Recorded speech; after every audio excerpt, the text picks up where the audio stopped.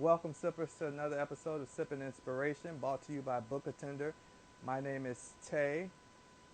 I'd like to start out telling you a little about Book Attender. Book Attender is a company that offers bartenders on the go. If you're having an event and you need a bartender, give us a call or hit my DM, and we'll work it out for you. Make sure that happens. We also offer sip ready to sip cocktails. If you're going out to the park, beach, the parade, a lot of people in New York going to the parade today, or been to the parade. Now you're ready to get some cocktails. Hit my DM. We do deliver. We got ready to sip cocktails, and we also sell them by the gallon. So just hit that DM. Also, we have the Book Attender face mask. I was trying to see if I had one on hand, but I don't have one close by. But I will post later. If you look on my page, you will see the Book Attender face mask with the drinking straw that's available for you. Hold on.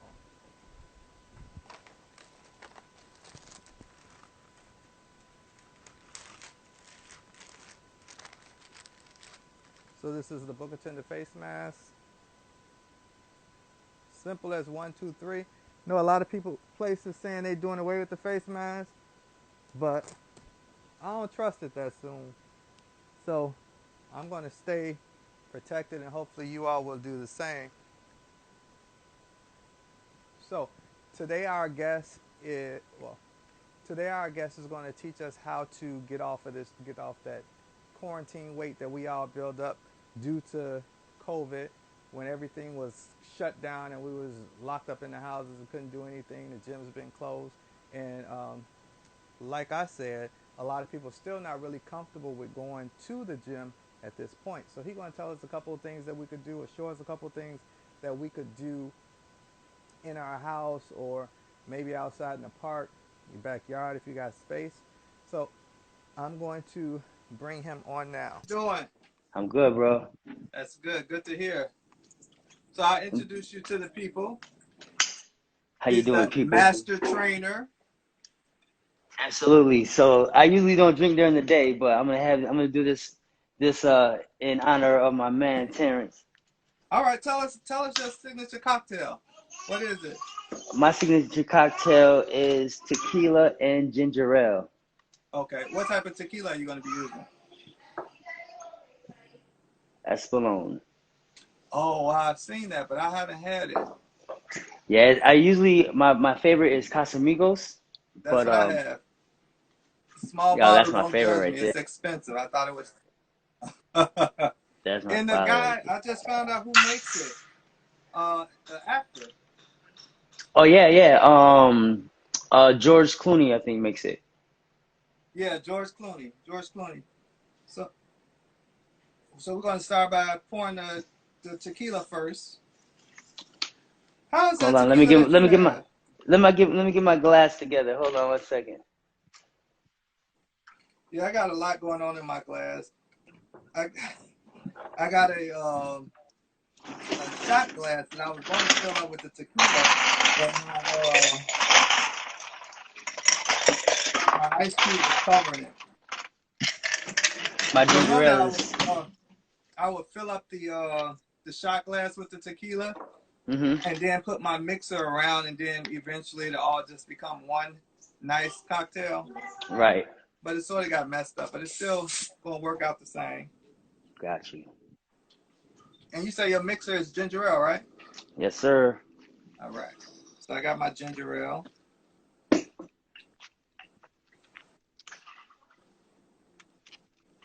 All right. So we appreciate you drinking, since you don't normally drink at this time. I don't know if my head is chopped off, but once you joined, I sort of got a little smaller, but it's all right. You all know how I look. As long I as you, could see. I can see you up to your eyebrows. oh, really? Man, that might be too much tequila to be honest. For you? That might be too much tequila right No, it's all going to the same place. there. All Right right. to my head. One drink goes right to my head. All my people know I'm not really a drinker like that. I'm more of a ginger ale type of guy myself. But All right. I'm gonna sit down with you. So this is my first time tasting it. Hopefully the sippers are able to. That tequila he drinking is dangerous. That's probably why he don't. They drink. Yeah, they said that one's a little dangerous. I usually Go only ahead. drink when it's time to dance. Oh, see, yeah, I don't really drink in the house, but I have been, and it's fun. If you're on my the Real Terrence J page, can you always come over to our Book Attenders page so you can join in, and you can see Asun in person, in the flesh, and see that picture was not Photoshop. Not at all. Somebody said no such thing as too much tequila. I see that. So here's to sipping inspiration. Cheers. Cheers, brother. All right. Thanks for joining us. All right. Ooh, what inspired this cocktail? Yeah, mine's a little strong. Shit. What inspired this cocktail? Actually, I didn't start drinking until like I was a lot older than, most people who start drinking. I was like 26 when I started drinking. And I didn't, alcohol is an acquired taste. So I didn't Yeah. really like the taste of alcohol. So I figured if I was gonna drink, I was drinking to get tipsy, not to just sip. So I always started with like stronger drinks in order to, I just have to take one or two and I'm good to go. See, I think I started out with everybody else with the amaretto sours and the ice coolers. I started My out. first drink was a Kahlua and milk, to be honest. My boys used to always laugh at me, like, man, that's not even a real drink. I'm like, man, yo, this is... I had to But ease what my was way that in. called? It's a. I used to drink that too, but it was an actual drink. It was Kahlua and they had like it already mixed in a bottle. I used to drink that too. It was like drinking I think it's chocolate called a milk. Black Russian, isn't it? A Yeah, White that's what that Russian. A is. white Russian. White Russian, yeah, with white milk. But I Uh-huh. had something else. I had that and something else. A mud, not no mudslide. But yeah, go ahead. Go ahead. Somebody said a mudslide. Go ahead. You can continue. So you But should try yeah, to get so straight to the point. straight to the point, like why play with it? Straight Yeah. no chaser. Yeah, I didn't start drinking like that till later on, much later.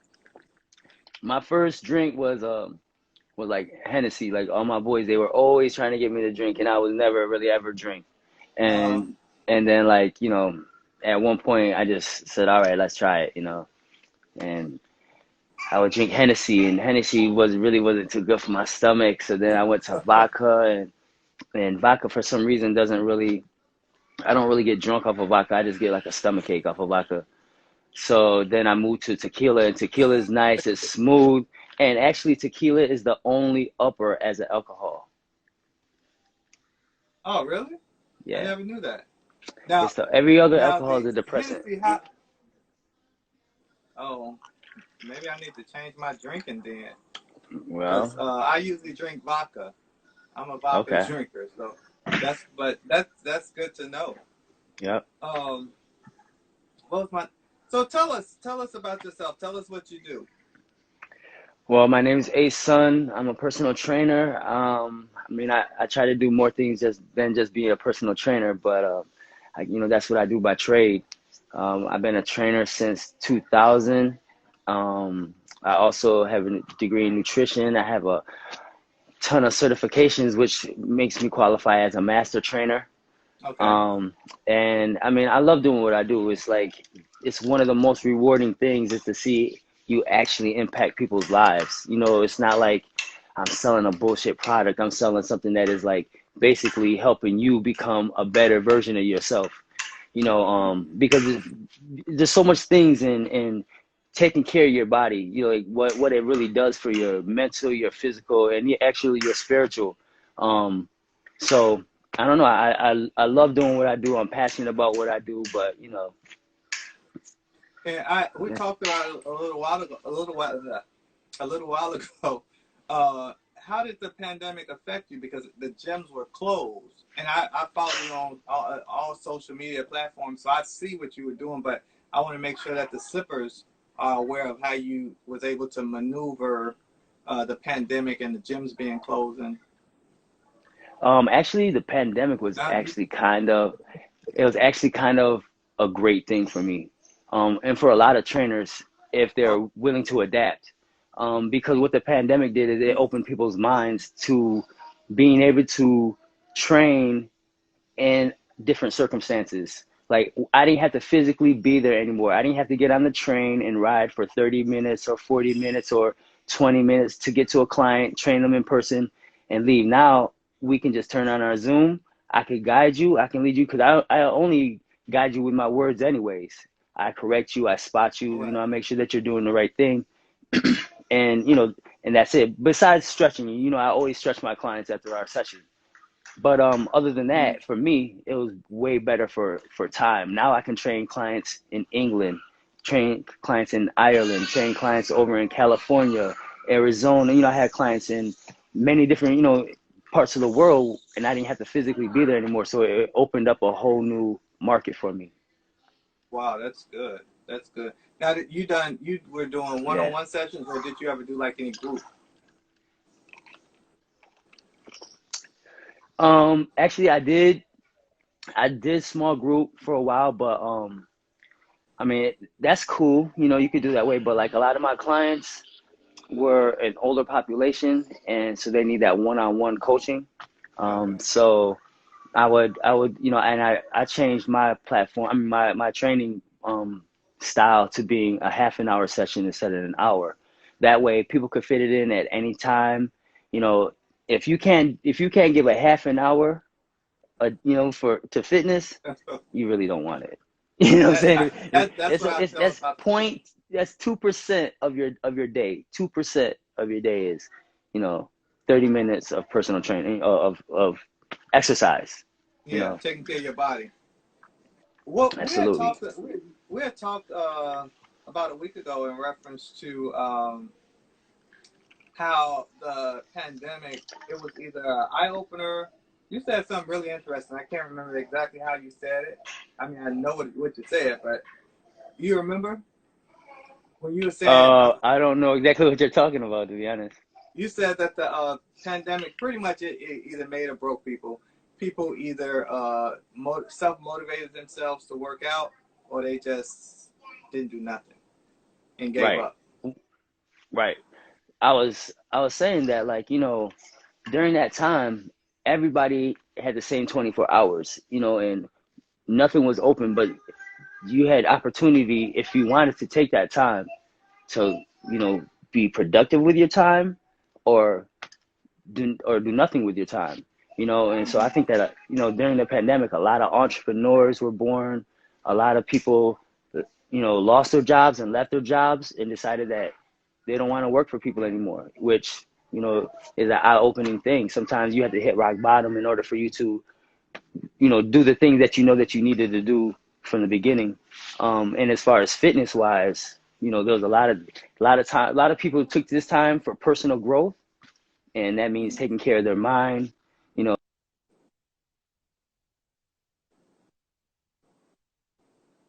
while others, you know, maybe they watched a whole bunch of Netflix. You know what I mean? Like, I think you're breaking You up. also I know during the pandemic, the before the pandemic, But I don't get me had wrong, I started back watched my watching fair the share of gym. Netflix. Don't get me wrong. Yeah, I did too. I definitely got my I watched a Netflix in. lot of Netflix. Yeah, I I did too. I I watched watched a a lot of lot Netflix. of Netflix. Yeah. But for me, luckily or prayerfully, I wasn't without employment during the pandemic, so I was still working like nothing had happened, or nothing was going on. So in that aspect of just being able to stay home and watch TV, I couldn't do it. But Right. prior to COVID happening and everything shutting down, I was going to the gym regularly. I would say maybe 4 times a week. And those are people, my friends that know me or the people that see me regularly, don't say nothing smart. I saw the difference in me going to the gym those 4 days a week. But So I was going to the gym and I started seeing results. You froze. You can hear me, Asun? Yeah, I can hear you. Okay. I'm good. So I'm good. I saw results, and then the pandemic Mm-hmm. happened. So once the pandemic happened, it's like I can't go to the gym anymore. So Right. months went by. It got to the point where before, like if I didn't go to the gym a day, I would feel bad. But it got to Mm-hmm. the point where it was like, oh well, I'm not going to the gym.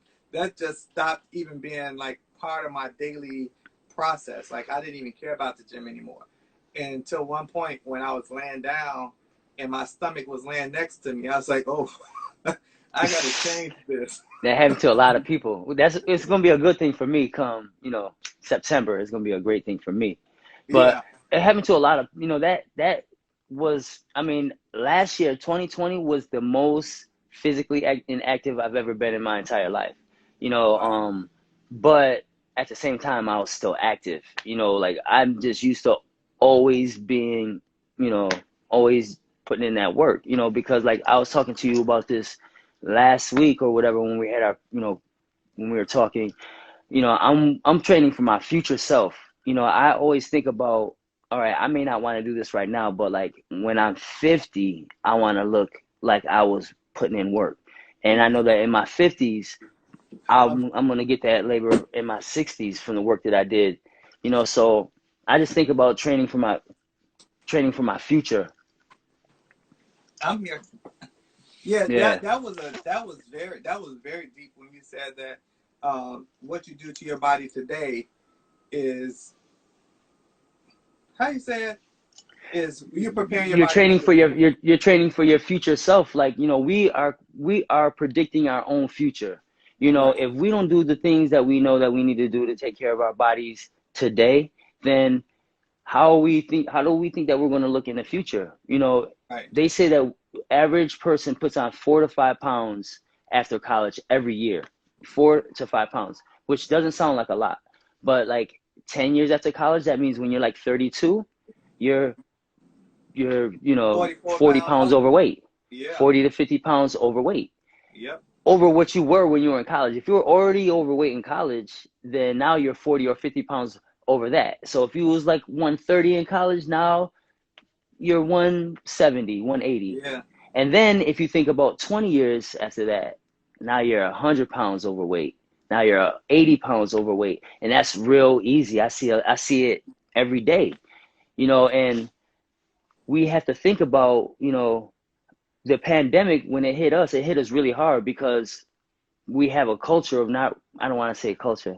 We sometimes have a thing where we don't really take care of ourselves. We don't think like we take care of our cars better than we take care of our bodies, and we only get one of these. This is one man. We get one man in this video game. You don't get to That's trade it in. true. Wow, that was a good analogy right there. Because a lot of people they'll take care of their car better than they take care of their body. Yeah. Absolutely. That check engine light come on, you got a nice car, you taking that joint straight to the dealership, Right away. find out what's going on.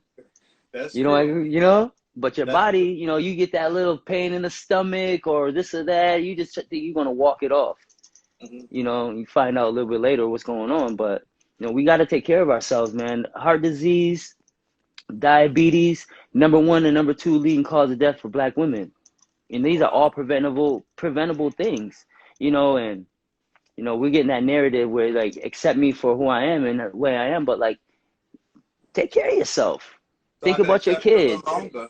Yeah. right? So what would you advise someone that's okay? So maybe they've already been diagnosed with diabetes or heart disease. How would you train that person?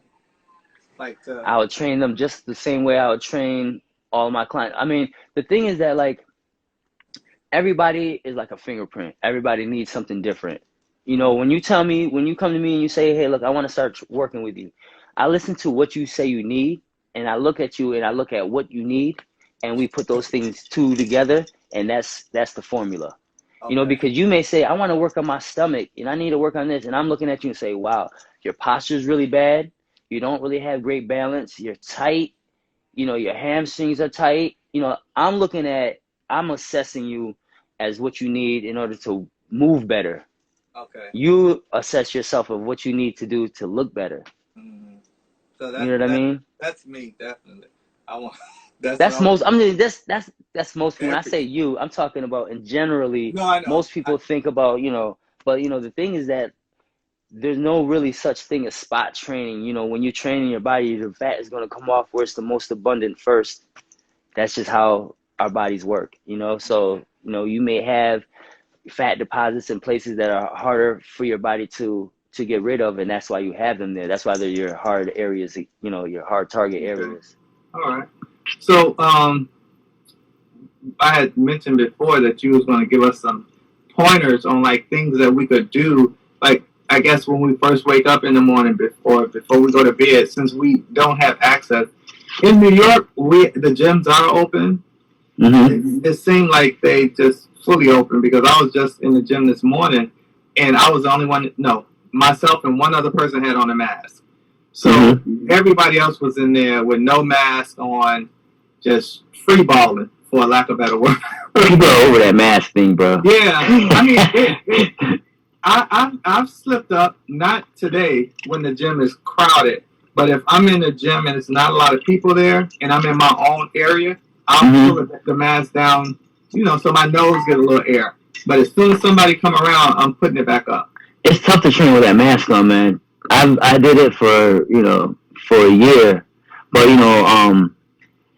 it's tough to train with a mask on. But like if you really want it, there's nothing that can stop you from getting it. If for me, I was just going to the park and I was doing pull-ups, dips, push-ups, like just calisthenic squats, lunges, just calisthenic things that you don't need any weight but your own body weight. I always, my theory is master yourself before you try to go into, doing weights. Once you have the balance and the stability to do a lunge and do squats and, you're strong enough to be able to do push-ups and things like that, then you can go into dumbbells and barbells and kettlebells and, other things like that. But the thing, a lot of times you have to get that foundation, you build from a strong foundation because calisthenics transfer over to weights, but weights don't necessarily always transfer over to calisthenics. Okay. And what I mean by that is that you can do, I see people who can do 315 pounds on a bench press, but can't do one pull-up. That means if they fell off a cliff, they couldn't save their own life. Right. You know what I mean? Whereas if you can do pull-ups, you can do lat pull down, you can do push-up, because those muscles that you get in order to do that transfer over to weights. Okay. You understand what I'm saying? Mm-hmm. Yeah. Someone did agree with you that it is hard training with the mask on. Now, I spoke to you briefly in reference to my nephew. He plays football. He's a very good player out of Illinois. My sister, actually, him too, would probably kill me if I couldn't tell you the name of his football team. I want to say the Celtics, but I think he outgrown that team and he's on a different team now. What's the name of the team Devin played for? He recently had a injury to his.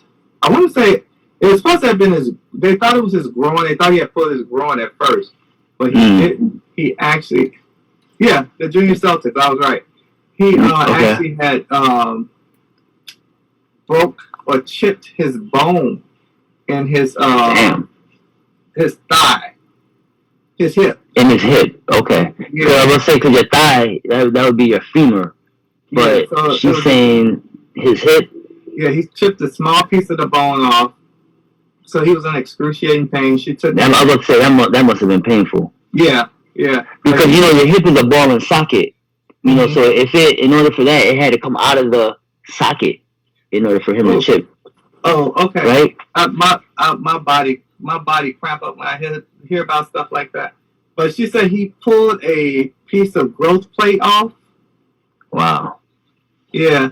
So he was out for like 6 to 8 weeks. They told him not to do anything, like workout or anything like that. So he went through. I think he was about 6 weeks out, and she took him back to the doctor for a follow up. and now they have him doing a stationary bike for Mm-hmm. 20 to 30 minutes a day.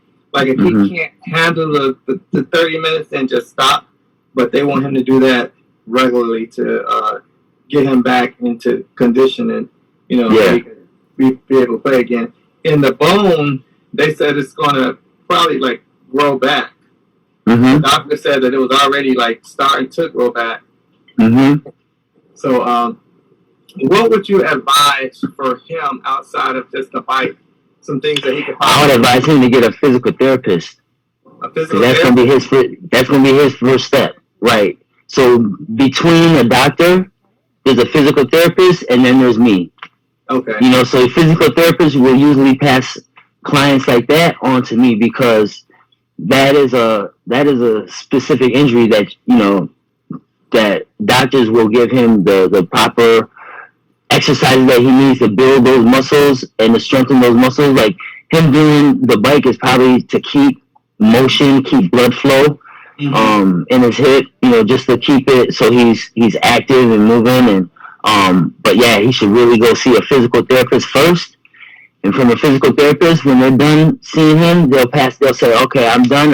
I've taken you to as far as I could take you. Now it's time for you to go on to training. Because the thing is that you don't want to rush that. That's an injury that you don't want to.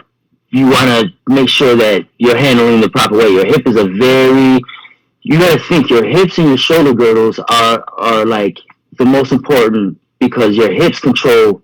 You can't have strong legs if your hips are weak.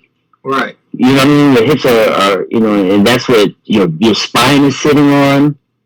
Wow. So it's very important to have strong hips. There's a lot of people who, when they get older, they have hip replacements and things like that because they ignored strengthening your hips. Once you start feeling pain and things like that in your hips, you really should address it ASAP. Don't put it off. Hip replacement is a real thing in the future. Yeah, my uncle, he had one a couple years ago, and it was before he had it. It was like he was really bad. Like he was leaning over walking, and once he got the hip replacement, he was fine. Like he's okay. Like yeah, but it depends on how old you are when you get it because you might have to get another one. Because it's just like a car. Those things wear down. Depends on how much wear and tear you put on it, and then you have to replace it. Okay, wow. In a couple of weeks, my nephew, he's going to be going to play. His name is Devin Hamilton. He's number 13 for the Junior Celtics. So all of my sippers, I post some videos of, when I go to the game, when I'm able to go to the game. But, no, he's going in a couple of weeks to play with. How old is he? He's 13. Oh, man, he's so young. Oh, yeah, he's very young. He's playing with Odell. He's going to Odell Beckham's training camp. So he's for excited football? about that. Huh? For football? Yeah, for football. Yeah. So hopefully he'll be at 100%, and hopefully my sister is paying attention and hear you. She ain't comment no more. So, but yeah, that was something I definitely wanted. I thought she was gonna ask you some questions too, but I don't know if the screen locked or if she gone or what. But I don't know. It's just showing that. I want to ask you, what was I gonna ask you? How can the people? Wait, she did ask you something. None of the muscles were ruined. The piece of bone has to reabsorb. I don't see that on mine. You can't see it? I can't see that. Yeah, she said none of the muscles were injured. The piece of bone that was left, that chipped off, it's going to, I guess, reabsorb. Regenerate, probably. Yeah, regenerate. So I don't know what's reabsorb. I don't know what you meant. The last thing that I see is he pulled a piece of growth plate off. Okay, so it was the next message down. Maybe it just haven't came through on your end yet. Yeah. So how do we reach you? Like the sippers, if they want to contact you for a personal training session, how would they reach you? Well, they can email me at upskillfitness.uf@gmail.com, and that's you want me to type it in here? Sure. I'm gonna type it in while you say it, so they can see it. Okay. You said upscale. Yep, Upscale Fitness, UPSCALE Oh no, Fitness. you're moving a little too fast. My bad. Fitness, Yeah. upscale fitness .uf dot uf at gmail.com. at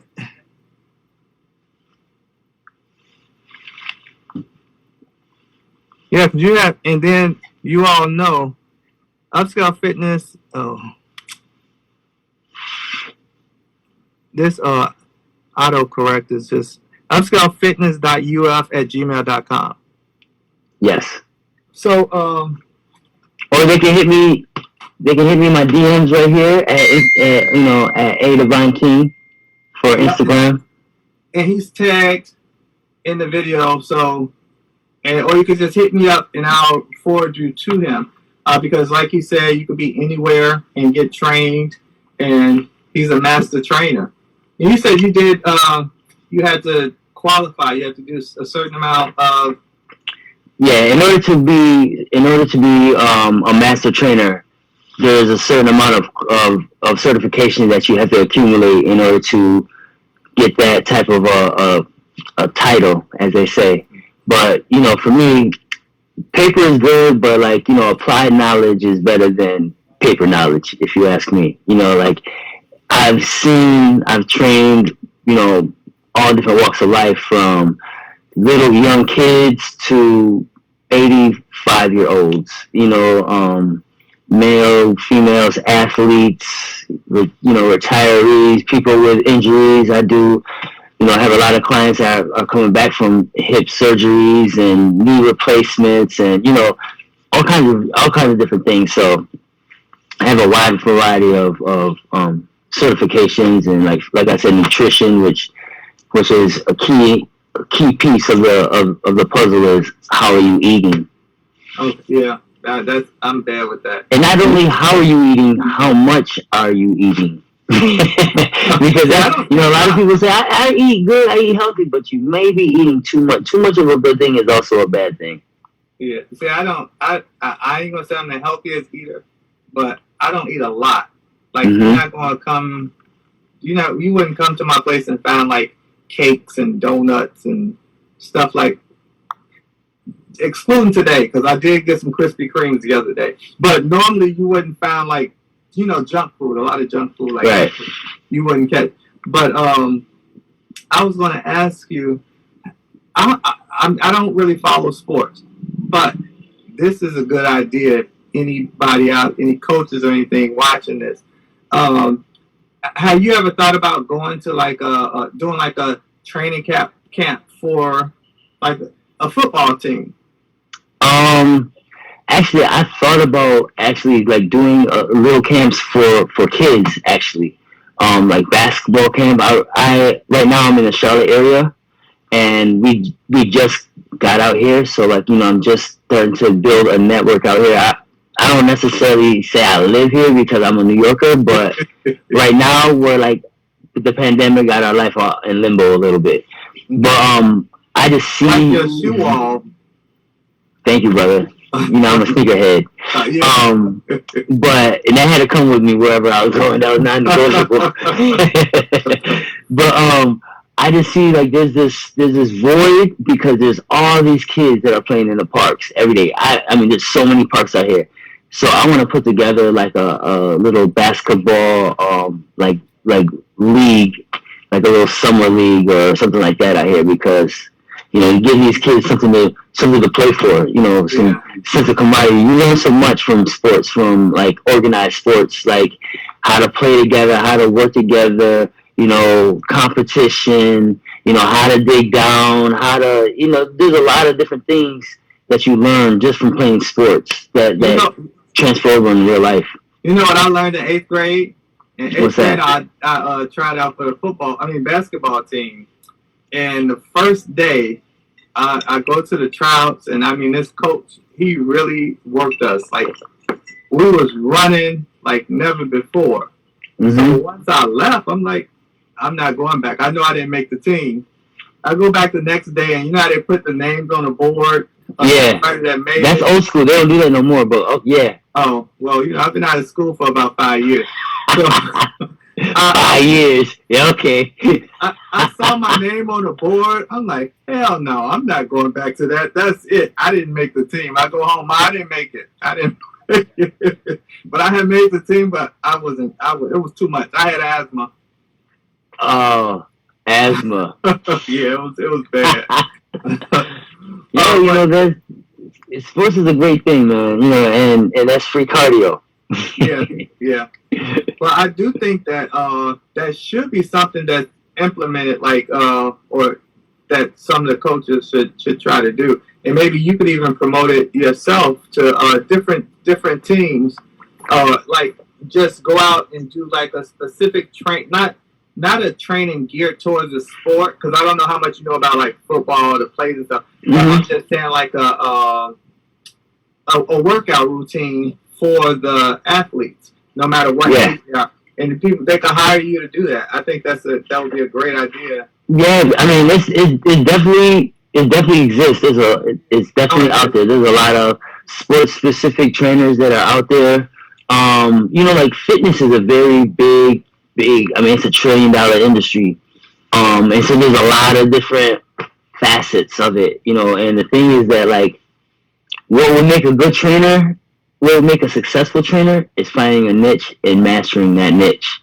Like if you try to do too many things, a lot of times you spread yourself too thin.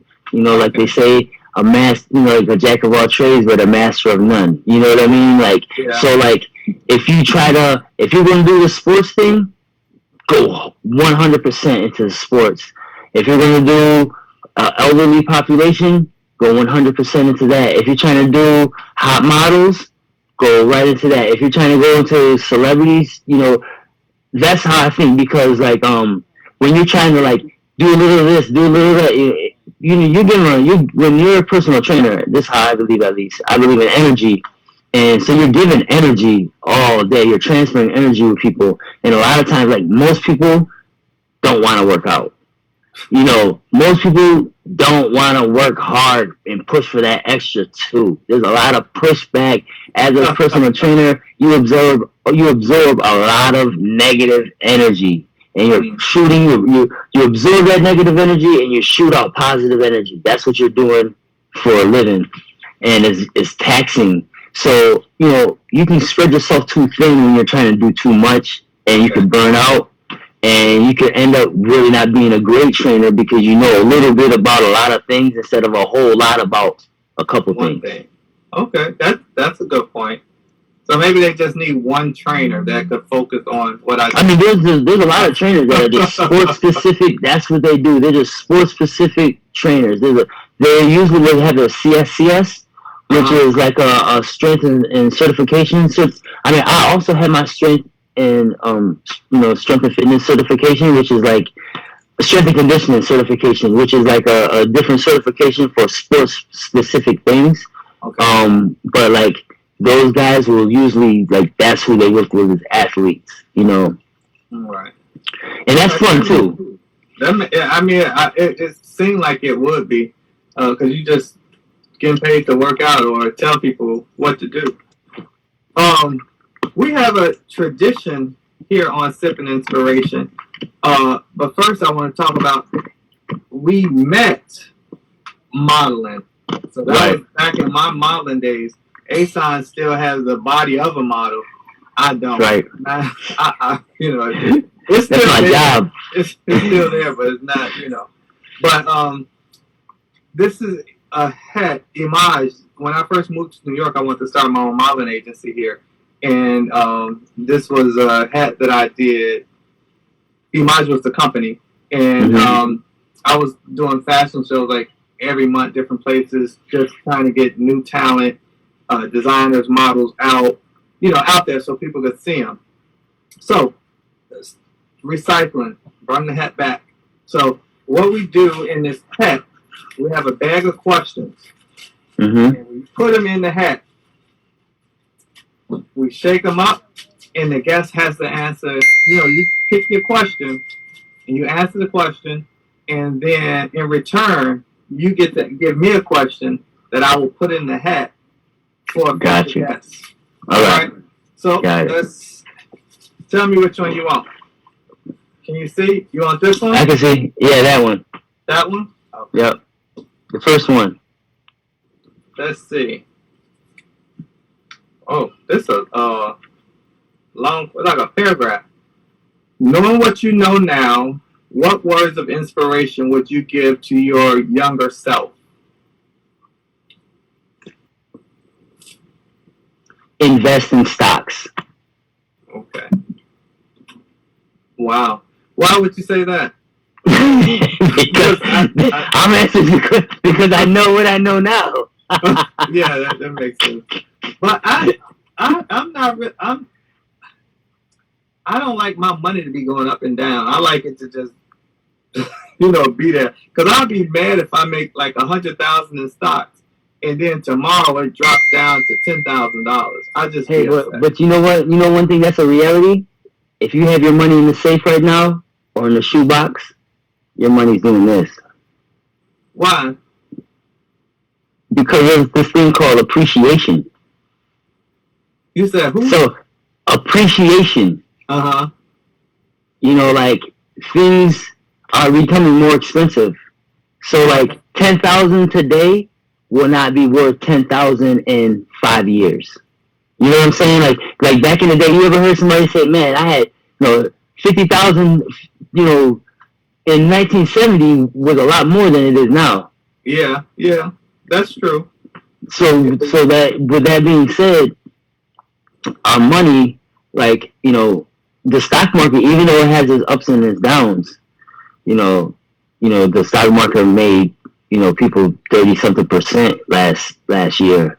If you put $10,000 in the stock market, now you have $13,000 from just sitting there. Instead of it sitting in your safe, it sat in the market and made $3,000, and instead of losing.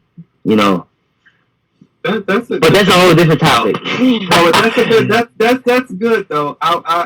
You have. Let's do one more. All right. We over time, but because I agree with what you said. 30 minutes is enough, and I was going to say that earlier. Like with the show, I just wanted it to be 30 minutes. I thought that's enough. We're going to talk. I don't want to bore anybody. I don't want to drain nobody. I know everybody's busy, so right. 30 minutes is enough for you to get to know our guests, right, and then carry on with your day. Absolutely. So let's do one more. Let me know which one you want. Got it. That one? The first one. Okay. I think this was the first one. Let's see. I didn't even write this one. Which do you choose? A perfect credit score, $2 million in cash, or $4,000 a week for life? $4,000 a week for life. Why? That's a very easy answer for me. $4,000 a week for life would be $16,000 a month, and $10,000 a month. You're at over $100,000 a year. So what if you walk outside and get struck by a truck? God forbid. I don't even think like that. I don't think negative thoughts like that. I have, my mind doesn't even function like that. Like, I would say, you know what? I'm making $4,000 a week. I'll take that all day. That is a good one. That's a very comfortable life right there. Yeah, $4,000 a week is definitely, that's past comfortable. Exactly. So what would be your question for me to put in the hat? My question for you is, do you think that you're doing the thing that you need to do today to make you a better person tomorrow? That's a good one. And if no, why not? So mine's a double question. Do you think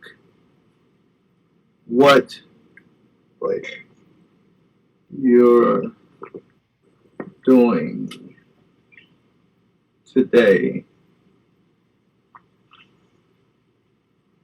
Or you can just say, are you doing, or you can make it easier like this. Are you doing the things today that will make you a better person tomorrow? Are you doing anything today? Yeah, you can say anything today. Are you doing anything today that will make you a better person tomorrow? Okay.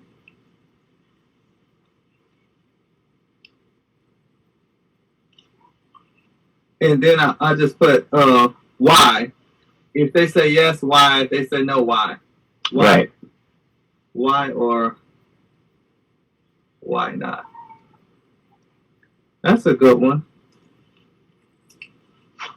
Glad I ain't had to answer it, but well, thank you for sharing. No problem, bro. Busy day. You were playing golf. Yeah. A lot of us don't play golf. So I know. I know. What got you into golf? My dad moved to Florida, and I went to go visit him one year, and he took me out to the driving range, and he told me that I was good, and so I felt like I was like, wow, this is pretty easy. A lot of my clients play golf. I have a golf strength certification, and I was like, well, I should play in order to learn how to train people who like to play, to learn how the kinetics of the body moves and things like that. And it's really a fun game. It's a very challenging game. And you meet a lot of people from different walks of life. Wow. Yeah, I'm sure. Yeah. I'm sure. It seems very exciting. There's a lot of body mechanics that go into it, man. In order to hit a good shot, like there's just so many things to think about, like your balance and your hand speed, and are you rotating the proper way? Like there's just so many things to try to, that you have to be right in order for you to hit the ball where you want to hit the ball. Hitting the ball is one thing. Hitting the ball where you want to hit the ball is another thing. I wanted to say complicated, not exciting. It seemed very complicated. I mean, I would like to play it, though. I never even played the miniature golf. For real? Yeah, I never did. You gotta live a little, man. You gotta go out there and do all those things that you haven't done, man. You gotta live a little. Well, it's not... I ain't never wanted to. No? Oh, well, there you go. No, but it do seem fun. Like, a lot of people I know that they do it, so that would be a good starter. Before that. I mean, it's fun. If it's not fun to you, it is what it is. It seems fun. It seems like a fun thing to do. Yeah. I mean, it's cool. I think I'll probably enjoy what is the clubhouse where everybody go and drink and eat after the show? Yeah, I think they call it like the 19th hole or something like that. They say. I could just skip right to that. That's the bartender in you. Drinking something to eat. But we want to thank you for joining us. Yes, sir. How's the cocktail looking? Where's that? I haven't seen you drinking it. You must not like it. Mine is almost gone. Mine too. Look at that. I know. I'm supposed to go play basketball in an hour. Your eyes getting low. My eyes is for real low. I'm supposed to go play basketball in an hour. I'm gonna be out there looking like trash on Sunday. We definitely appreciate you for joining us. So I know you Thank you. Thank you for having me. No problem. Continue to sip and inspire others. And yes, sir. Forget, if you all want to reach out to AdivineKing, that's his Instagram handle, or you can contact me directly, and I'll make sure you have his information. Thanks a lot. Yes, sir. Peace. Yes.